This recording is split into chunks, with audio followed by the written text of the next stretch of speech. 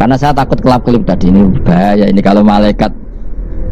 Saya tidak tahu cara berpikir malaikat tadi. Apa ngitung 98% maka dikategorikan apa? Gelap, apa dihitung nurnya saja? Wong instruksinya Allah kan yang ada nur ashabul yamin. Meskipun kelap-kelip kan punya nur. Saya tidak tahu nanti ikut 2% ikut mana kalau di partai koalisi. Ikut yang menang biasanya, ikut yang apa? Ya paham ya, makanya saya mohon kalau wudhu itu usahakan sempurna, terutama wudhu sholat. Kalau nggak wudhu sholat itu sebaiknya nggak sempurna, supaya ada bedanya wudhu sholat sama wudhu tidak sholat. Rasulullah itu masyhur gitu ya, Rasulullah itu kadang tawad doa wudhu an khafifan, wudhu yang sederhana, yaitu hanya sekali-sekali dan tidak sempurna. Ketika ditanya as-sholat ya Rasulullah, tidak. Misalnya saya habis makan mau tidur biasanya ya wudhu, tapi tentu tidak perlu sesempurna kayak wudhu sholat, biar ada bedanya. Rasulullah juga gitu, beberapa kali beliau wudhu tapi tidak sesempurna wudhunya untuk sholat. Masyhur itu di riwayat tawaddu wudhu'an khafifan duna wudhu'ihi lis sholat. Tapi kalau wudhu untuk sholat asbaghal wudhu, menyempurnakan wudhu. Jadi supaya ada bedanya wudhu sholat dan wudhu tidak. Saya gak wong ora iso ngaji podo kabeh. Abu Bakar ya gitu, ana wong poso sunat kok nyediakno buka dimarahin. Istrinya pernah nyediakan buka beliau untuk puasa sunat. Itu embernya dipecahi Mbak Abu Bakar. Ditanya, kenapa gitu? Apakah kamu akan menyaingi Ramadan?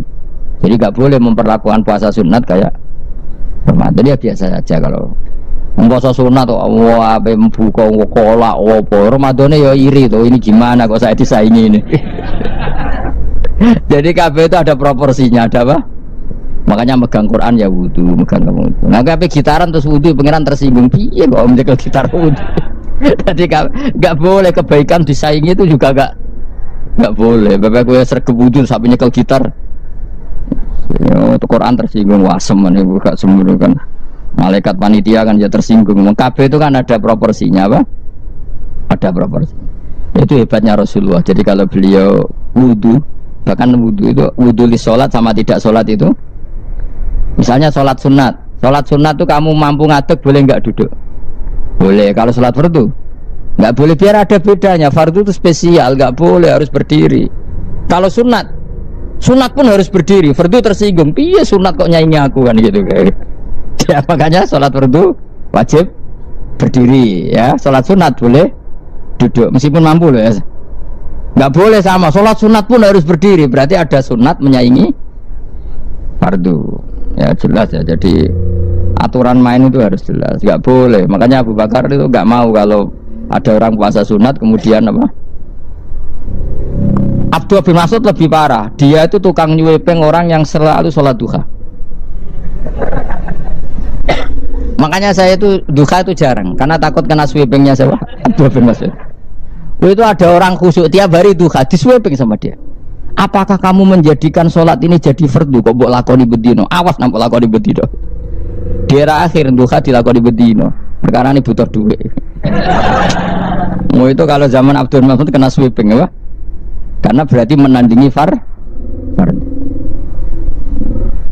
Yes, ora usah anut ilmu ku bahaya itu di sensitif. Cuma ini kan ilmu tetap tak utarakan biar kamu tahu, enggak boleh fardu disaingi itu enggak. Coba kan banyak ketentuannya tadi. Contoh paling gampang itu apa? Kalau sholat fardu boleh, nggak boleh apa? Duduk. Sholat sunat boleh duduk. Sholat sunat boleh di kendaraan sesuai jalannya kendaraan. Aynama tawajjahat bi rohilatu. Kalau sholat fardu, kalau kamu naik unta harus turun untuk memastikan di kiblat. Jadi banyak sholat sunat kamu dalam keadaan najis sudah tidak boleh dilakukan. Kalau sholat fardu, karena saking pentingnya fardu, meskipun dalam keadaan najis ya menemukan alat sesuci harus tetap sholat. Jenenge sholat dihormatil waktu, karena nggak boleh fardu ditinggalkan. Meskipun nanti harus iadah, karena nggak boleh mengalahkan fardu meskipun itu oleh najis. Jadi misalnya kamu pergi hanya bawa satu celana, kemudian di terminal atau apa kena najis, kena uyah sampean misalnya, kamu harus tetap wudu dan sholat, karena nggak boleh fardu ditinggalkan. Meskipun nanti harus iadah, karena sholat kamu tidak sempurna. Dalam keadaan celana kamu najis boleh nggak sholat sunat? Oh nggak boleh, karena kalau fardu itu darurat, memang suatu yang harus maka dilakukan. tidak lakukan. Tapi kalau kamu dalam keadaan nggak suci, nggak boleh melakukan sholat apa? Sunat. Karena fardu itu spesial apa? Spesial.